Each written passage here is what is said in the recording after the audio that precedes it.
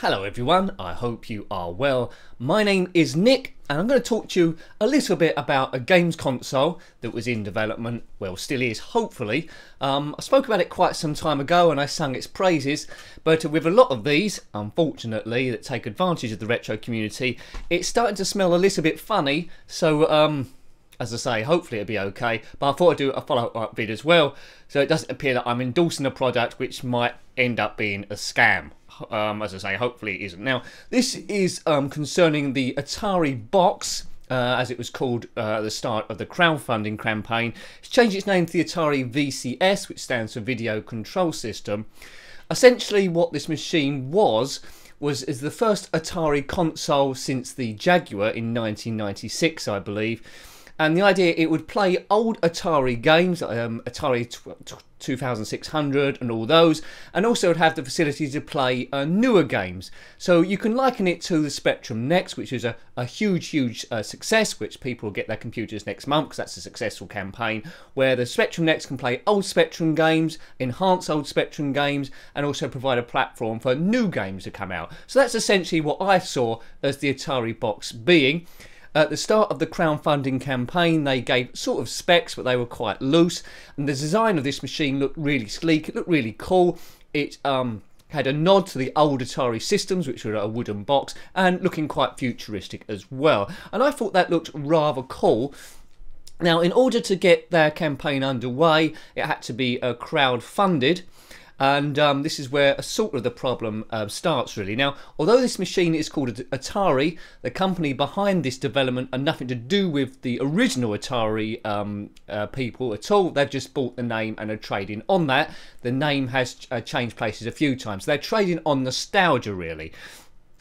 Now, with the retro community, over the last 10 years it's become absolutely huge. As you notice on YouTube, the amount of channels that donate their time to retro gaming, websites, Twitter and all other media. So people are open for retro stuff, they want to feed into it, they want new systems that can provide that and also add an extra additional layer as well. And unfortunately some companies prey on this to make some quick money. Now, this crowdfunding source was done through Indiegogo, from this company.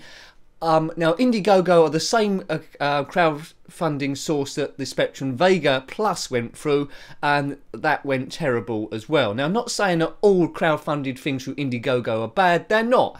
It's just that if someone wants to, a company wants to rip someone off and not have much scrutiny, that's who they would go through. Because why is that? Well, Kickstarter, the more traditional Kickstarter, in terms of someone producing a system, essentially they have to provide a working model to kickstart it off. So they say, right, we're going to kickstart this campaign for further development, here's a working model, so we're definitely on the level, here we go. Now, Indiegogo, I believe you don't actually have to provide a working model. You can ask for a donation straight away from scratch without providing anything at all. As I say, I don't know what the Coleco Chameleon went through, which is also another failed one, but the Vega Plus went through there. People are quite trusting. They wanted this machine. It did look cool. I even considered it myself, but not owning an Atari back in the day, I didn't, and for money reasons as well. Same as why I didn't go for the Spectrum Next. I didn't put money in. But a lot of people did. Now, in this crowdfunding campaign, $2.9 million was raised, which is a huge amount. So you expect for this amount of money to be invested in the right way, and hopefully people don't, well, you'd expect it as a given, people don't actually cream this money. You want to know where it's gone. Because like any project, no matter how small, if you're in charge of someone's money, that's a big element of trust, and you've got to give people as much as you possibly can, or at least deliver on your original promises. Otherwise, you're edging towards fraud. So but basically, I could just say how bad it was. I could start a Kickstarter on Indiegogo saying I'm going to release a computer called the Nico 2. And the Nico 2 can play all of the consoles. It can do PS4, it's a handheld. There's also a button on it where if you press it, you can teleport to anywhere in the world. And any backers who pledge more than $2,000 will get a night out with Batman. Yeah, so then, and then I say I need £10 million. So all the money comes in, £10 million. And then I put an announcement out saying, oh, I'm going to have to scale it down. And I produce a system which is terrible. It's just a casing with a Raspberry Pi in the middle and do a few retro games. I said, well, I tried my best, and then I walk off with all the money. So that looks, you know, this has got to be tightened up, I think. Now, I'm not saying this has happened with the Atari VCS, but, you know, I'll tell you a few things that happened. There's quite a lot of information about this on the internet, but I'll give you a bit of an idea. I just want to cover myself from before. I just want to tell you a few of the things that had happened. Now, originally, this was going to be launched in December of 2017, I believe. We're in 2018 now, at time of recording. In December 2017, on the very same day as the release, that got pulled on the very same day. So they must have known leading up to it, this was actually going to happen. So 2.9 million. No one's seen anything yet, or a mock-up on the system or anything, but it got pulled, so it wasn't released. And they gave information that there was problems with the components.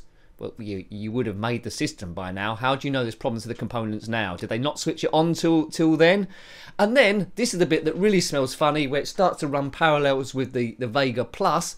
There was no information for 3 months. Hang on a minute. So what's happening with this 2.9 million for 3 months? Everything has shut shop. So there's no information, no further specs. Any footage that had previously been released about this machine was just a casing, I think. And there was Photoshop footage where other computers have been used. It's supposed to be using the Linux operating system. But apparently it's been found in some mock-ups where they have things running. It was using Windows, basically not through the actual console, just to show you how it would look, but going through a traditional PC. Some of the controllers seen were just lumps of plastic rather than working things. Is this smelling funny to you now? No new launch date has been given. If you go to the Indiegogo website, on the forum there, you'll see people asking all sorts of questions and not much is going. No prototype has ever been shown, and it looks like any information about the machine has been faked. Yeah, I mean, what can we say here? If this project had been through Kickstarter, it would have been thrown off by now and everyone would have got their money refunded. Indiegogo is a different kettle of fish. I don't know if people have to do a lawsuit or anything like that. So people are just left waiting for announcements for anything to happen. Nothing concrete's happened, and I believe any information is just the old information that's been passed out before. So I don't know where people are from that. This company are not Atari, although they got the Atari name, and they're trading off nostalgia and people's wants for a new system. You got more chance of having a Nico 2, I think, than this thing at the moment. So once again, as I say, hopefully I'm completely and utterly wrong. If I am, I'll do another video. It doesn't look like this thing is going to happen to fruition. Worst case scenario, something does come out which is a mere shadow of the original idea, and they've pocketed a load of the money. Apparently this company have had a few other projects before that haven't quite taken off with the Atari name on it, but this one is at a whole new level. Now, have you got any information about this? Have you backed the project and you're worried, or have you backed it and you're not worried whatsoever? Let me know what you think about that, but as I say, because I sung the praises so heavily on the last one, I had to make this video as well, unfortunately. I don't know why companies keep doing this, but well done to people that have backed the Spectrum Next that went through Kickstarter rather than Indiegogo. And I'm not saying that Indiegogo is a bad thing, but something like this you need to be very, very wary, because as I say, in Indiegogo they don't have to produce a working model. So thanks for watching this again.